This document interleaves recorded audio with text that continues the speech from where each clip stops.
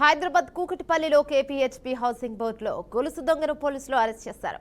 2 రోజుల క్రితం ఇంటి ముందు ముగ్గు వేస్తున్న మహిళ మెడలో నుంచి గొలుసును ఎత్తుకెళ్లిన సాయి తేజను పోలీసులు పట్టుకున్నారు. అనంతరం నిందితుడి దగ్గర నుండి తులం బంగారంను పోలీసులు స్వాధీనం చేసుకున్నామని డీసీపీ సురేష్ కుమార్ వెల్లడించారు.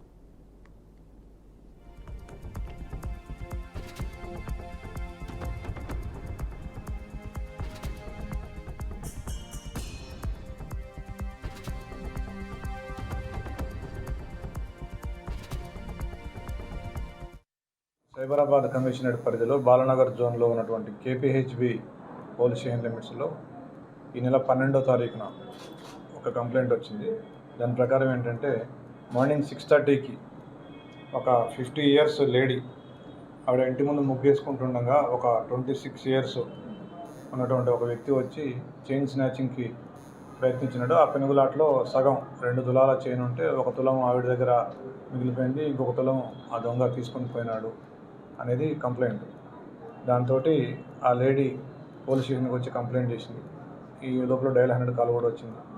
మా ఇన్స్పెక్టర్ గారు, డిఐ అండ్ క్రైమ్స్ టీము అందరూ కూడా సీన్ విజిట్ చేసినారు, ఆవిడతో మాట్లాడినారు. సో ఆవిడ దగ్గర నుంచి డీటెయిల్స్ కూడా తీసుకున్నారు. తర్వాత మనం సాంకేతిక ఆధారాలతోటి, ఆవిడ ఇచ్చిన వివరాలతోటి తర్వాత మనం లీడింగ్ తీసుకొని అక్యూజ్డ్ని పట్టుకోవడం జరిగింది.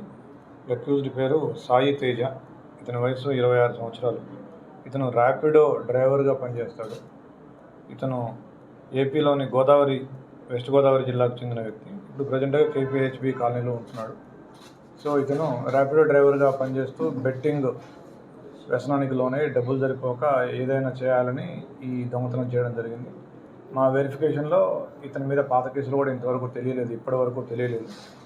సో అతన్ని ఈరోజు మనం అరెస్ట్ చేసాము. ఇవాళ అతన్ని రిమాండ్కి పంపిస్తూ ఉన్నాము. అతని దగ్గర నుంచి ఒక మొబైల్ ఫోన్, వివో మోడల్, ఒక Pulsar motor bike and also gold మంగళసూత్రం 1 తులం, అంటే సగం తెగిన గోల్డ్ మంగళసూత్రం.